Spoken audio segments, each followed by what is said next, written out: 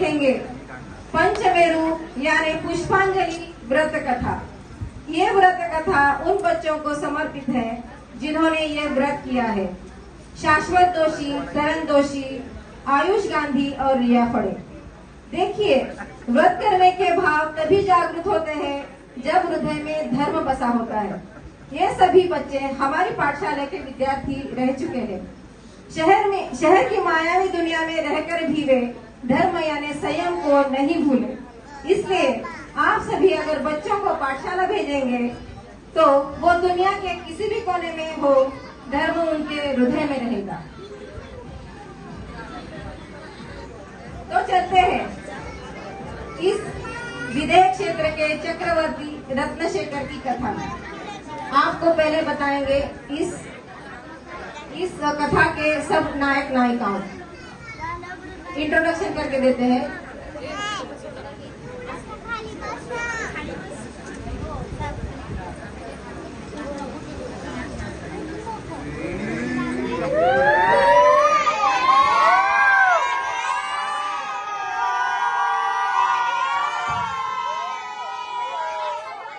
प्रभावती की भूमिका में है केवली, अन्वेषा और त्रिशा, छोटी, मीडियम और बड़ी।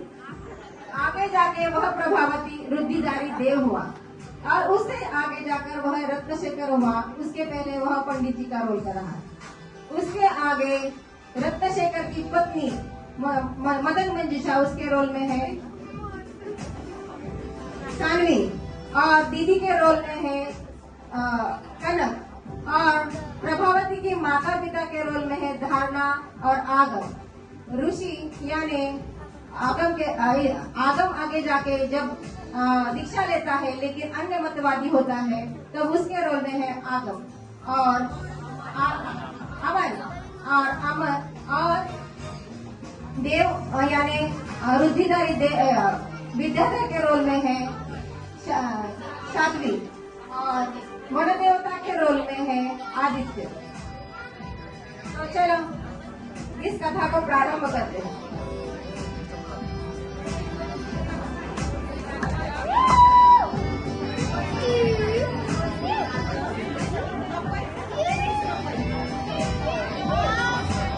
विदर्भ क्षेत्र के चक्रवर्ती रत्नशेखर की कथा। भरत क्षेत्र के मृणालपुरी की नगरी, वहां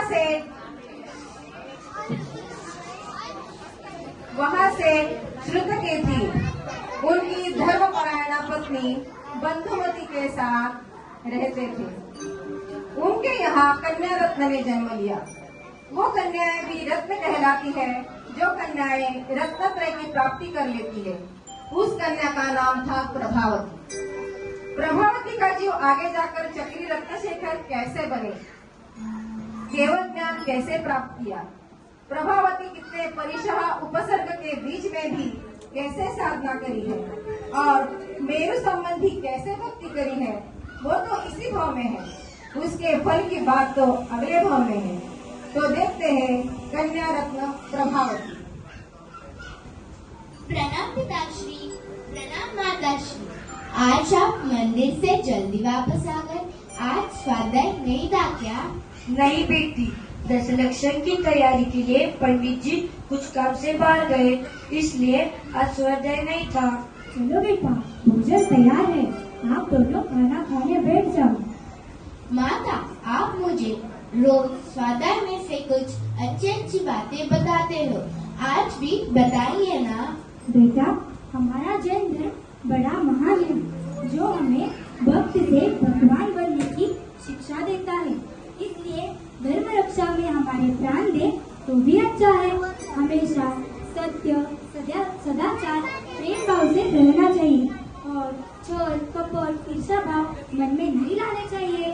प्रभावती, बहुत दिनों से मैं ये सोच रहा हूँ कि तुम्हें किसके निकट जाकर अपना अध्ययन करना चाहिए। पिताश्री, मुझे तो जो लौकिक ज्ञान कराते हैं उसके साथ ही अलौकिक शासन का ज्ञान कराते हैं, ऐसे हारिका के संग में जाकर अध्ययन करना है। माता पिता ने पूज्य गायनी के पास शिक्षा लेने भेज दिया। वहाँ पर उसने लौकिक विद्या के साथ साथ अलौकिक विद्या का ज्ञान भी प्राप्त किया। सर्व तत्व ज्ञान की कलाएं उसने जान ली। चलो उसके विद्यालय में। जय जिनेन्द्र। जय जिनेन्द्र। प्रभावती, आज मैं तुम्हें कर्णन योग में से 5 मेरुओं का वर्णन बताऊंगी। जम्बू द्वीप के बहुमध्य भाग में सुमेरु पर्वत है। धातकी खंड में आचल और विजय मेरु पर्वत है। पुष्करार्धु द्वीप में मंदर और विद्युतमाली मेरु पर्वत है। और अगर तुम्हें विस्तार से जानना हो तो ये देखो।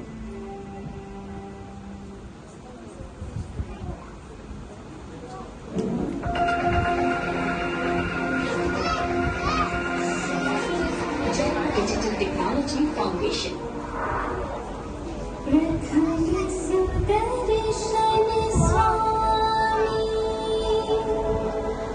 विजय अचल मंदिर कहा, विद्युतमाली नाम, पंचमेरु जग में प्रकट है।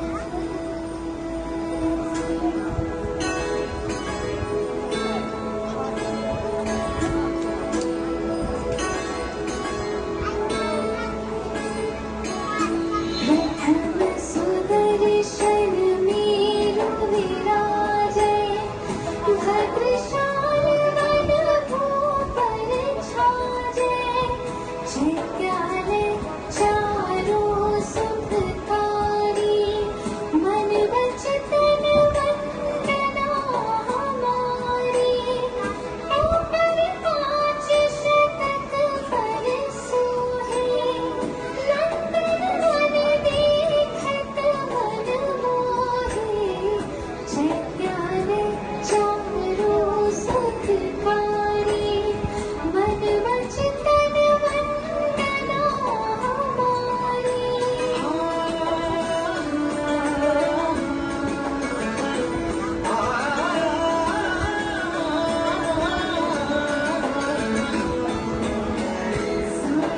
साठ सहस उचारी, मन सुमरस शोभे अधिकारी, चैत्यालय चारों सुखकारी, मन वचन तन वंदना हमारी। ऊंचा जो जल सहस छत्तीसम, आलोक वन सोहे गिर शीशम, चैत्यालय चारों सुखकारी, मन वचन तन वंदना हमारी।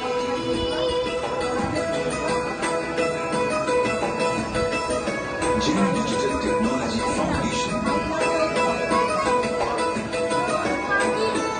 चारों मेरु समान बखाने, ऊपर भय त्रिसाल जहु जाने, चैत्यालय 16 सुखकारी, मन वचन तन वंदना हमारी।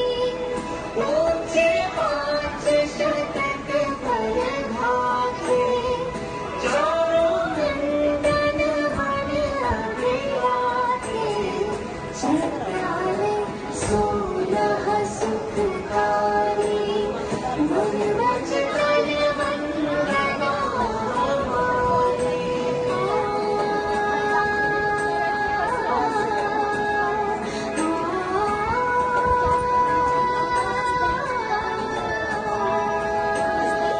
सारे 55 सहस उतंगा, वन सावन से 4 बहुहारा, चैत्यालय 16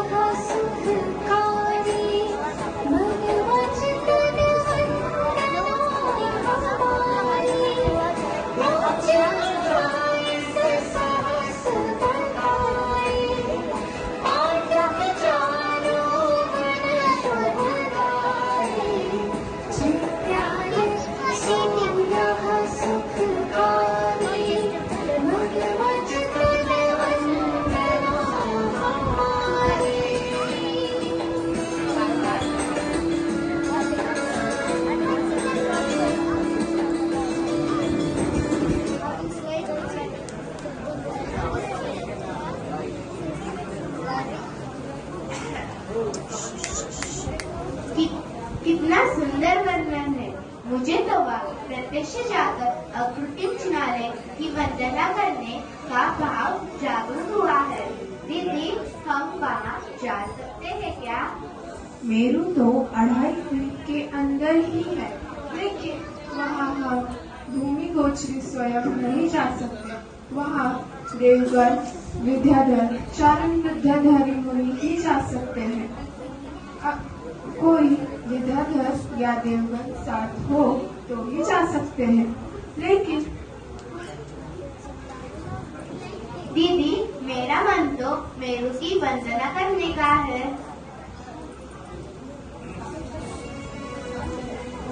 साक्षात मेरू की वंदना करने हम नहीं जा सकते, लेकिन तुम भाव वंदना करो। शायद आगे जाकर तुम्हारी तीव्र इच्छा से तुम्हें दर्शन हो सकता है।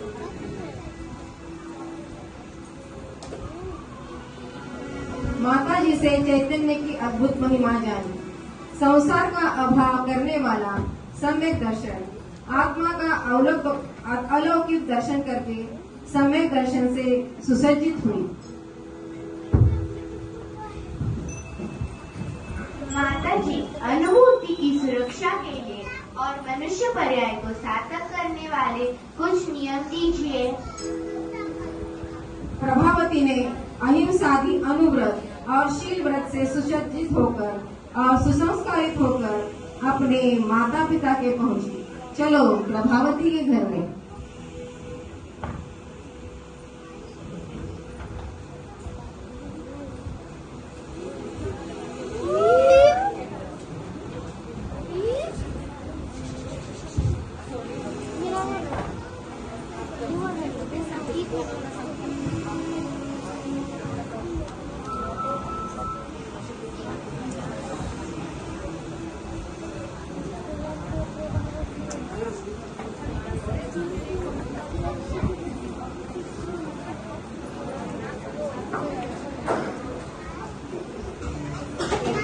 मैं आज बहुत प्रसन्न हूँ। धर्म के संस्कारों के साथ सुशोभित घर में तुम्हारा स्वागत है। हे बेटी, सुयोग्य व्यवहार से मैं अति प्रसन्न हूँ। तुम वहाँ कुशल मंगल तो थी ना? जी पिताश्री, जिन धर्म की चंद्र छाया में पूर्णतः सुरक्षित थी और जिन धर्म का तत्व ज्ञान और वस्तु व्यवस्था जीवन में स्थिरता लाती है और कोई संकट आ जाए तो दूर रहना सिखाती है। बेटी, सही बात है। तुमने तो जिनागम का शाही ग्रहण कर लिया है। कुछ दिनों बाद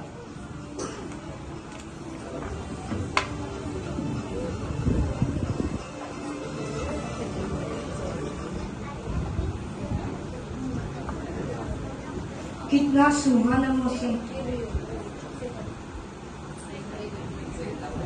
हे बेटी, हम तेरे लिए योग्यवती खोज कर रहे हैं। तुम्हारे लिए मेरे सर्वगुण संपन्न है। तुम्हारी कुछ चाह है क्या? वह कौन है जो मेरे लिए निरंतर आनंद का कारण है? मेरे से उसका कभी वियोग न हो और जो मेरे साथ हमेशा रहे। मैं ऐसा ही वर देखूंगा कि तुम्हारा साथ न छोड़े। हाँ पिताश्री, वो मेरे से एक समय भी दूर न जाए, उसका मरण न हो। ऐसे कैसे हो सकता है? हाँ पिताश्री, हो सकता है। वो मेरा न्यायिक भाव है जो मेरे से कभी दूर नहीं जा सकता। उस न्यायिक भाव का आनंद मैंने आलिका जी के सानिध्य लिया है और विषयों में रखने की इच्छा समाप्त हो गई है। इसलिए मुझे आलिका दीक्षा लेने के भाव जागरूक हुए हैं। बेटा, तुमने तो जिनागम का शाही ग्रहण कर लिया है।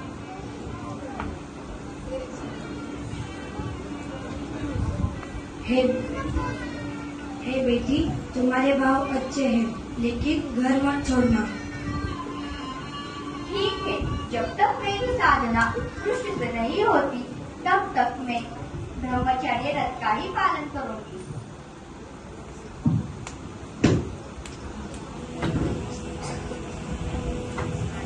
एक दिन सेठ जी बंधुमती प्रभावती भ्रमण करने गए थे। बंधुमती को धर्म में रुचि लगी थी, लेकिन सेठ जी को धर्म की इतनी रुचि नहीं थी, उन्हें लौकिक रुचि ही थी। कितना सुहाना मौसम है, सब तरफ हरियाली छाई है, आनंदमय वातावरण है। हाँ जी, देखो ना, वो प्रभावती अपनी साधना में मस्त है। हमें भी ऐसे धर्म की आराधना करनी चाहिए, क्योंकि धर्म ही सुख का कारण है। इतने में एक भयंकर सर्प आता है और बंधुमती को डस देता है। बंधुमती धीरज रखो, हम वैद्य जी को बुला कर लाते हैं। माता धैर्य रखो, शायद ये सर्प विषैला भी न हो। आप नमोकार मंत्र का जाप करते रहो। हाँ जी, इस सर्प ने तो मुझे अभी दंश किया है, लेकिन इस विषय भोगी सर्प ने तो हमें अनादिकाल से डस लिया है। और जबर यह है कि परद्रव्य को अपना मानना और अच्छा मानना। शरीर में विष चढ़ रहा था, लेकिन प्रभावती के तत्वज्ञान के प्रभाव से प्रभावित माता पंच नमस्कार का जाप कर रही थी, आत्म ध्यान कर रही थी।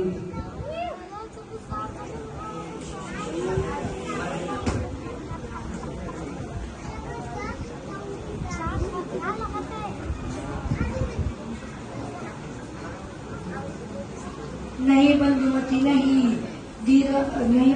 नहीं, तू मुझे छोड़कर नहीं जा सकती। मैं तुम्हारे बिना कैसे जीऊंगा। हे स्वामी, ये संसार है, जहाँ संयोग है वहाँ वियोग है। इसमें साथ रहने की कोई व्यवस्था नहीं है। हे स्वामी, अनादिकाल से मेरे बिना ही रहे हो और अनंत काल तक रहोगे। जगत में सबके बिना रहा जा सकता है, लेकिन अपने चैतन्य के बिना नहीं रहा जा सकता। आप अपने आप को संभालिए। माता, आत्मा कभी मरता नहीं, आत्मा को दर्द नहीं होता, पीड़ा नहीं होती। चैतन्य का अमृत पान ही बाहर के विषयों से बचाने वाला है। संबोधन सुनते सुनते माता की संलेखना हो जाती है और पिताश्री मूर्छित होकर गिर जाते हैं।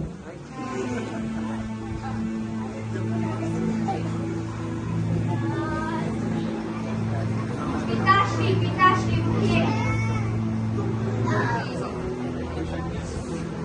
हे तात, माता का वियोग मुझे भी है।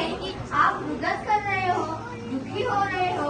ये संसार संयोग वियोगी और असार है।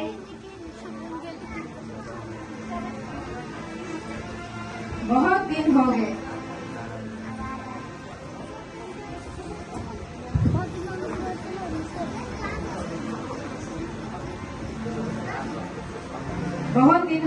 पिताश्री शोकाकुल रहते हैं, इसलिए प्रभावती उन्हें पंडित जी के पास ले गई।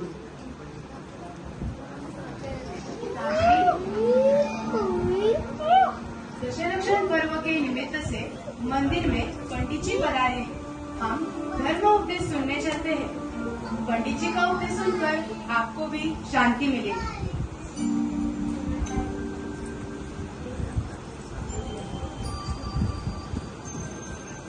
पंडित जी, हमें कुछ धर्म के बारे में उपदेश सुनाइए। संसार के सभी सुख कर्माधीन है और पंचेंद्रिय के विषयों में सुख मानना सुखाभास है। अपने आत्मा का जो सहज सुख है वही मेरा वास्तविक सुख है। उसी सुख को भोगना हमारा कर्तव्य है। इन्हीं विषयों से पूर्णतः निवृत्ति देकर 5 महाव्रत धारण करके अपने आत्मा का कल्याण करो।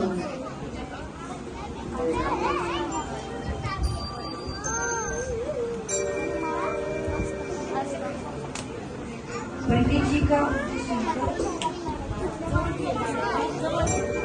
जी का उपदेश सुनकर मेरे को शांति मिली और दीक्षा लेने के भाव हुए। पिताश्री, आप मेरी चिंता मत करो, मैं थोड़ी ही दिनों में दीक्षा धारण करूँगा।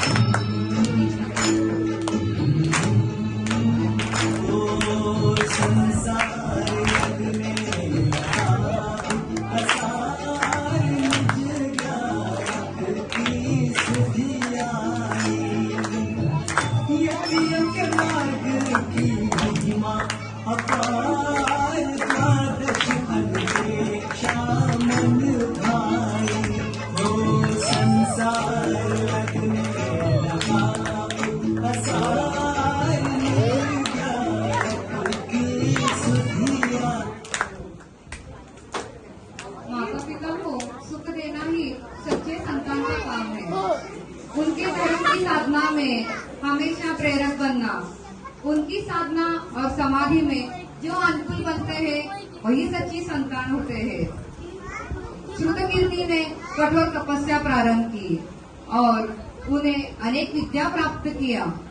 मंत्र तंत्र ही देने लगे। उसने उनकी लौकिक प्रसिद्धि हो गई। गुरु के समझाने पर भी परमार्थ का मार्ग अपनाया नहीं और उसने अन्य साधु का भेष धारण कर लिया।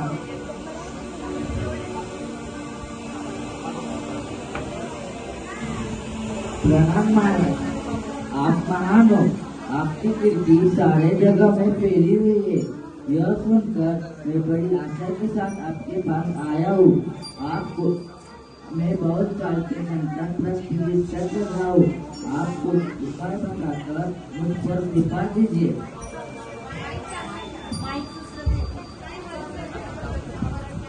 बेटा धैर्य रखो। यह मंत्रिक माला गले में पहने रखो। इससे तुम्हारी सारी इच्छाएं पूरी हो जाएंगी। धन्यवाद।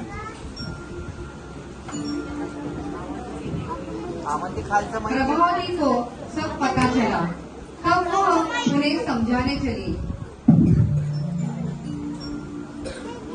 ये कैसा आनंद कर रहे हो पिताश्री? सर्वोत्तम जैनेश्वरी दीक्षा छोड़कर अन्य साधु का भेष धारण कर लिया। चलो मैं उन्हें धर्म में स्थिर करती हूँ। पिताश्री, ये मैं आपका क्या रूप देख रही हूँ? मेरी बेटी इतनी बड़ी हो गई है। बड़े बड़े लोग मुझे नमस्कार करते हैं। तूने मुझे नमस्कार भी नहीं किया। पिताश्री, नमस्कार क्या? आप अमृत तचकर विषय भक्षण समकार्य करते हो। गुरु को छोड़कर वो गुरु का वेश धारण कर लिया। आपका अनंत काल मुझे दुखमय दिख रहा है। आपने मुझे इतने अच्छे संस्कार दिए, हमारे कष्ट दूर करने के लिए खुद अनेक कष्ट उठाए। इसीलिए कह रहा हूँ, तू सुनती नहीं। मेरे उपकार भूल गई। मुझे नमस्कार भी नहीं किया। नमस्कार क्या? मैं तो आपको दंडवत नमस्कार क्या? मैं तो आपको दंडवत कर करके आई हूँ, लेकिन आपने ऐसा भेष धारण कर लिया है। मैं क्या करूँ? आप इस मिथ्या वेश को छोड़ो और गुरु से प्रायश्चित करो। मारीची जैसी दशा हो गई है आप। मैं आपको बार बार नमस्कार करती हूँ, आप इस भेष को छोड़ दो। बार बार समझाने पर भी उसने पिताजी नहीं माने। क्रोधित होकर पिताजी ने उसे मंत्र के द्वारा भयानक जंगल में पटक दिया। जब व्यक्ति कषायों में बैठा हो तो वह जड़ हो जाता है। उसे समझाने की कोशिश की तो उससे उल्टा असर होता है। तीव्र कषाय तो तीव्र सत उपदेश को देना भी उसके असत विभावों का कारण बनता है।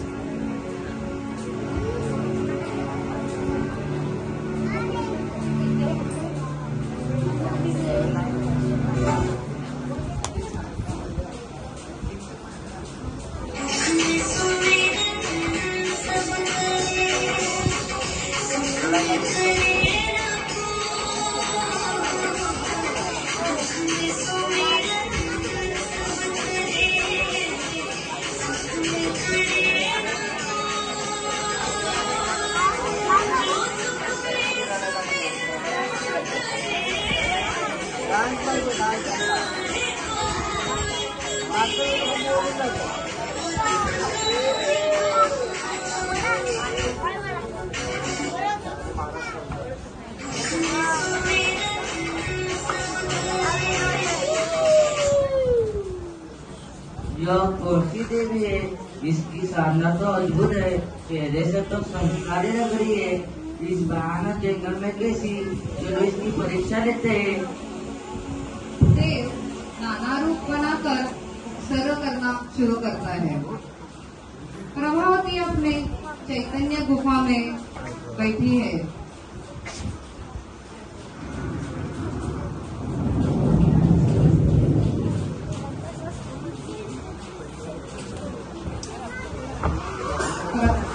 प्रभावती अपने स्वरूप का ध्यान ही करती रहती है।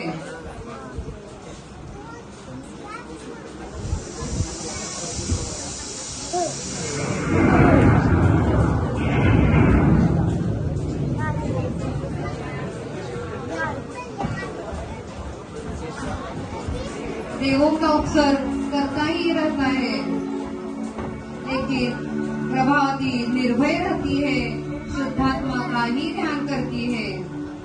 उसकी दृढ़ता देखकर देव निज रूप में प्रकट होता है और कहता है, वाह, धन्य तुम्हारी निर्भयता, धन्य तुम्हारी स्थिरता।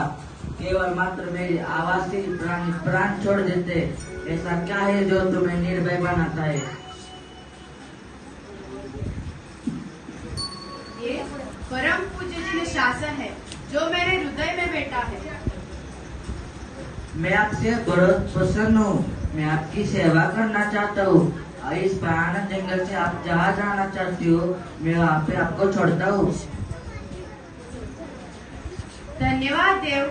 मैंने अनेक तीर्थों की वंदना की है, पर मैं आप कैलाश पर्वत की वंदना भी करना चाहती हूँ। जैसी आपकी आज्ञा माता।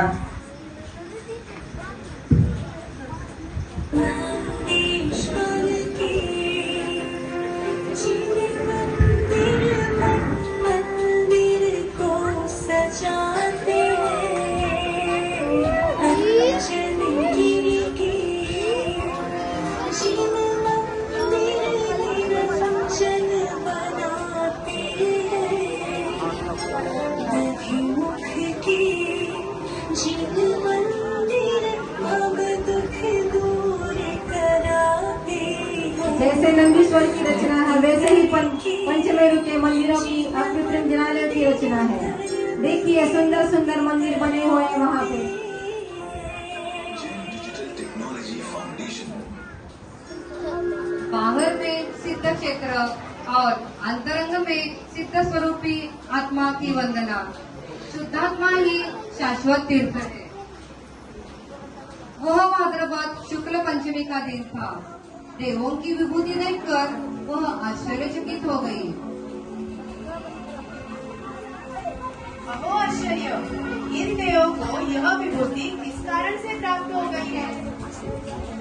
हमने पंचमेरु व्रत करके ऐसी विभूति पाई है। व्रतों का फल तो पंचम गति है। देव पर्याय तो इसमें बंदी पुण्य का फल है। हाँ महासती, मुझे पंचमेरु की महिमा, व्रतों की महिमा सुन के व्रतों को अंगीकार करने का भाव आया है। मैं यह पंचमेरु व्रत ग्रहण करती हूँ। प्रभावती ने यह पंचमेरु व्रत 5 वर्ष किया और आगे जाकर आरिका हुई।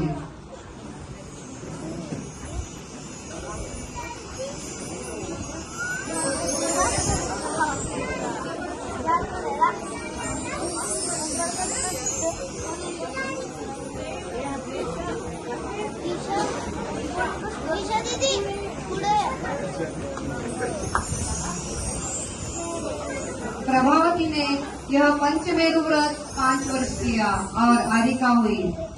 उनकी साधना अद्भुत हुई और उनकी बहुत प्रसिद्धि हुई। इससे पिता श्रुतकीर्ति को बहुत इच्छा हुई। अरे, इस दुष्टा को तो मैंने जंगल में पटक दिया था। लेकिन महाराज, इसकी साधना तपस्या तो अद्भुत है। पिताश्री प्रभावती की प्रशंसा सुन नहीं पाए। इसको मैंने जंगल में क्यों भेजा? मरवाई क्यों नहीं दिया? कषाय बहुत भयानक हुआ करती है। अहित करने के सिवा कुछ नहीं करती। उसने क्रोधित होकर मारक विद्याएं भेजी। सती को मारने वाली अनेक उपसर्ग किए, फिर भी उसने अपने चैतन्य को नहीं छोड़ा।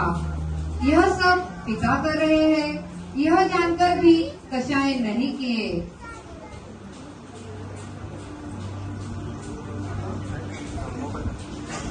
खम्मामि सौवे जीवा खमन्तु मे मित्ति मे सर्वभूतेषु वैरम मच्चम न केनवि। मैंने सब जीवों को क्षमा किया है और सब जीव भी मुझे क्षमा कर। क्षमा भाव धारण कर प्रभावती का जीव 4 प्रकार के आहार का त्याग कर देता है। प्रभावती की तरह उपसर्ग परिचय में भी समता भाव यानी न्यायिक भाव को धारण करने वाले उन मुनिराज और आर्यकाओं को ये गीत समर्पित है।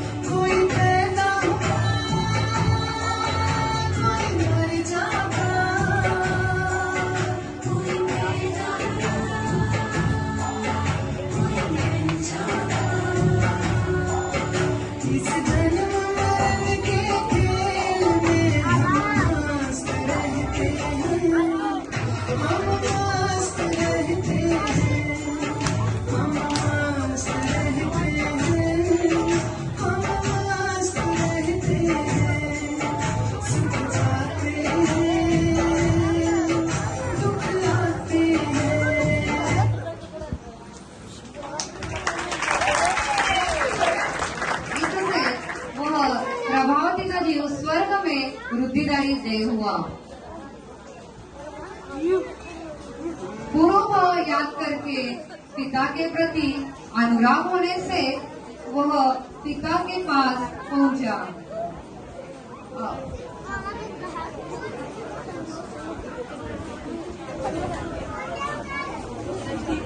साधु के पास पहुंचा और संबोधन किया।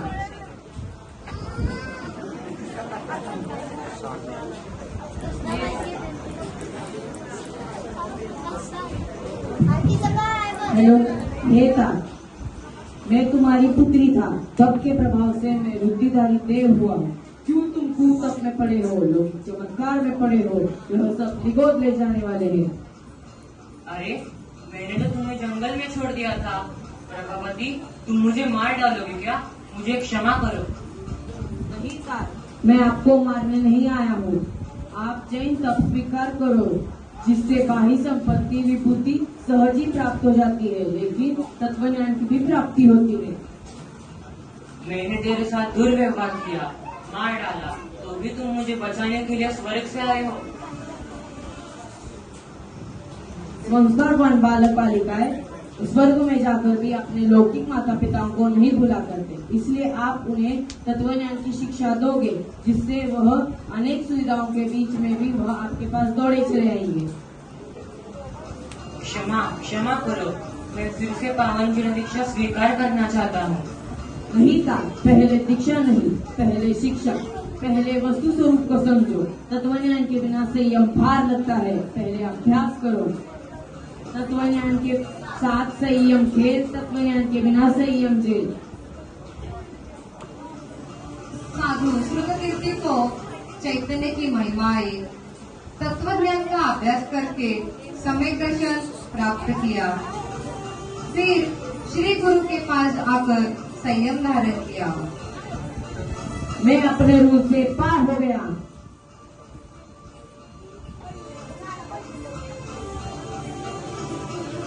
धर्म संस्कारी बालक स्वर्ग की विभूति छोड़कर पिता को संबोधन करने आया।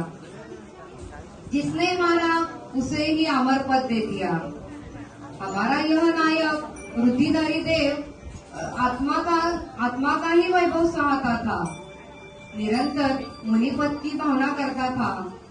वहाँ से च्युत होकर पूर्व विदय में मंगलावती देश में मंगल नगरी में राजा वज्रसेन व महारानी जयावती इनका पुत्र रत्नशेखर हुआ।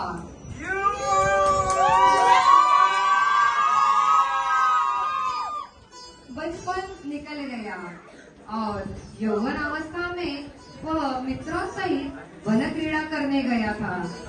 तब अचानक एक नेकवाहन विद्याधर का विमान रुक गया।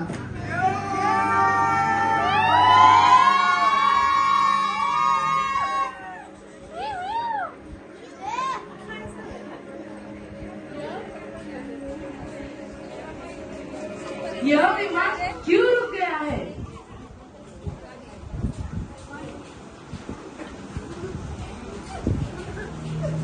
यह विमान क्यों रुक गया है? शायद मैंने आपको कहीं देखा है। हाँ, याद आया। मैं वही श्रुतकीर्ति का जीव हूँ जिस पर आपने बहुत महान उपकार किए हैं।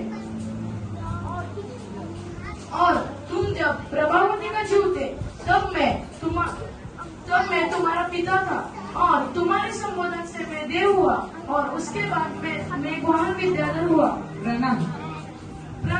मुझे आपकी सेवा का अवसर दीजिए। आप कहाँ जा रहे हो? मैं मेरू की वंदना करने जा रहा हूँ। ऐसा लगता है मैंने भी कभी मेरू की वंदना की भावना की है। मैं भी वहाँ जाने की इच्छा रखता हूँ। मैं तुमको एक ऐसी मंत्र विद्या दूंगा जिससे तुम खुद ही मेरू की वंदना करने जा सकोगे। धन्यवाद मित्र। मेघवाहन की मिली हुई विद्या मंत्र विद्या से उसने 500 विद्याएं सिद्ध की। एक दिन चलो मित्र, इस दिव्य विमान पर बैठकर धायद्वीप की आकृति जिनालयों की वंदना करने चलते हैं। चलो मित्र।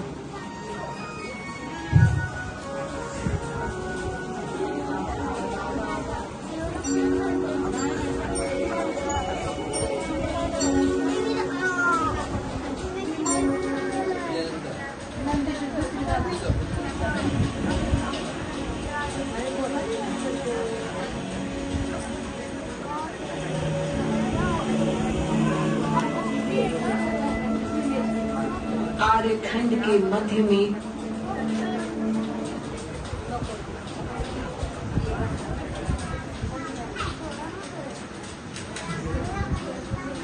ये कौन राजपुत्र है जो इतने भाव विभोर होकर जिनेंद्र भगवान की भक्ति कर रहे हैं? ये तो विद्याधर नहीं लग रहे। शायद भूमि गोचरी राजा होंगे। दोनों की बातें मदन मनीषा के पिता ने सुनी और मदन मनीषा के मन का भाव समझकर रत्नशेखर को मेघवाहन विद्याधर के साथ घर ले आए। रत्नशेखर राजपुत्र को पिता श्री तो लेकर आए, लेकिन विद्याधर राजकुमार भूमि गोचरी राजा से मेरा विवाह नहीं होने देंगे। यह विचार उसने अपने पिताश्री को बताया तो उन्होंने मदन मनीषा का विवाह का स्वयंवर रचा।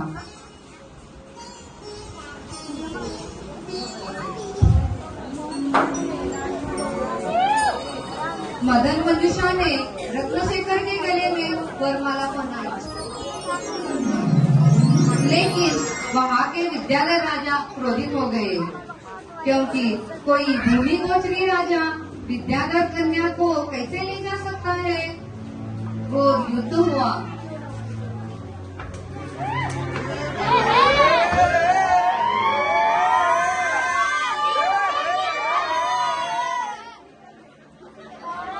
परंतु उसका पराक्रम देखकर बहुत अनेक विद्याधर राजा ने अपनी कन्याएं उसे दे दी।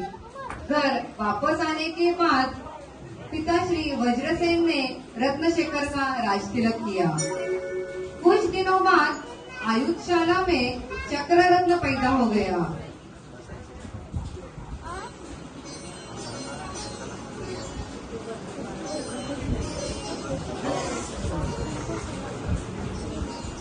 और वह षटखंडाधिपति हो गया।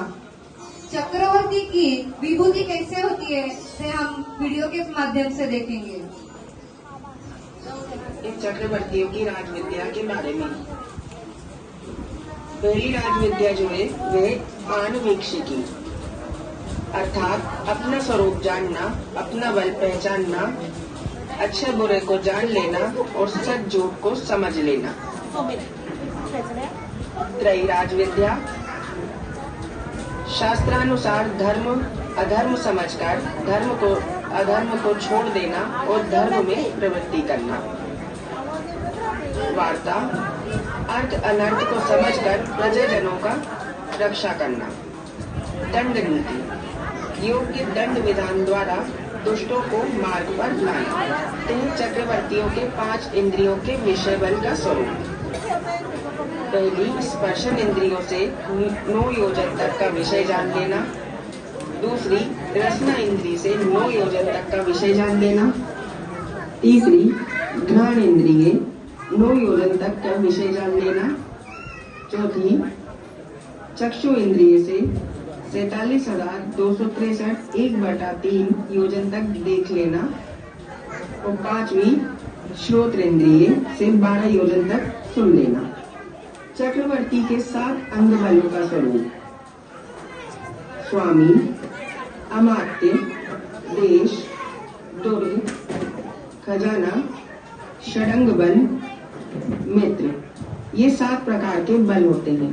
अब हम आपको षडंग बल के बारे में बताते हैं, वो कौन कौन से होते हैं। आइए उस पर भी एक नजर डाल लेते हैं। पहला, चक्र बल। दूसरा, 84 लाख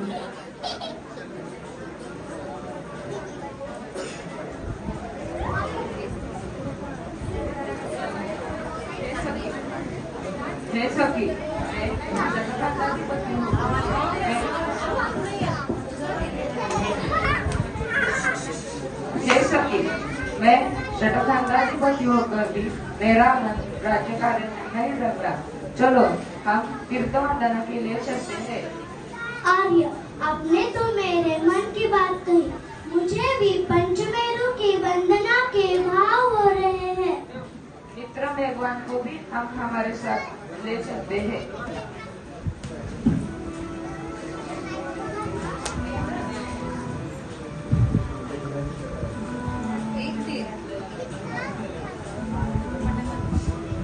एक दिन रात्रि को उल्कापात को देखकर वैराग्य को प्राप्त हुआ।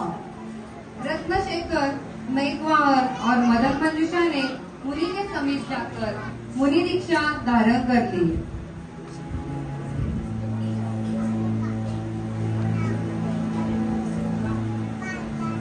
तपस्या के प्रभाव से दोनों को केवल ज्ञान प्राप्त हो गया और वे मुक्त हो गए। जय बोलो चक्रवर्ती रत्नशेखर मुनि महाराज की। इस तरह पंचमेरु व्रत के प्रभाव से प्रभावती का जीव चक्रवर्ती की विभूति पाया। इस कथा से और एक महत्वपूर्ण सीख मिलती है कि अपने बच्चों को अच्छे संस्कार दोगे तो वे हमारी संलेखना और सुगति का कारण बनेंगे और माता पिता और धर्म पर श्रद्धा कराने वाले हमारे सभी गुरुओं के उपकारों को कभी नहीं भूलेंगे, कभी नहीं भूलेंगे।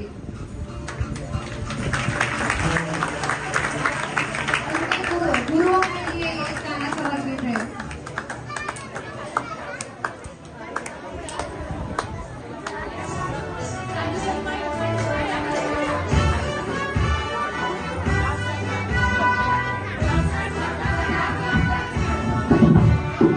गुरुओं के उपकार को हरगिज भुला सकते नहीं। गुरुओं के उपकार को हरगिज भुला सकते नहीं। तन भुला सकते हैं पर चेतन भुला सकते नहीं। तन भुला सकते हैं पर चेतन भुला सकते नहीं। गुरुओं के उपकार को हरगिज भुला सकते नहीं। गुरुओं के उपकार को हरगिज भुला सकते नहीं।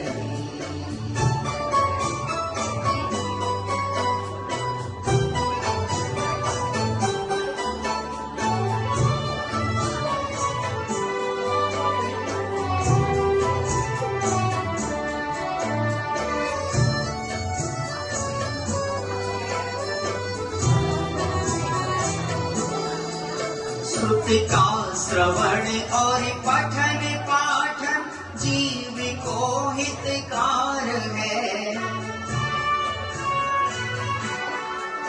जिसके हृदय में आवसे बस वो जगत का ताज है। बस वो जगत का ताज है। प्राण देकर भी कभी कीमत चुका सकते नहीं। प्राण देकर भी कभी कीमत चुका सकते नहीं। प्राण देकर भी कभी कीमत चुका सकते नहीं। गुरुओं के उपकार को हरगिज भुला सकते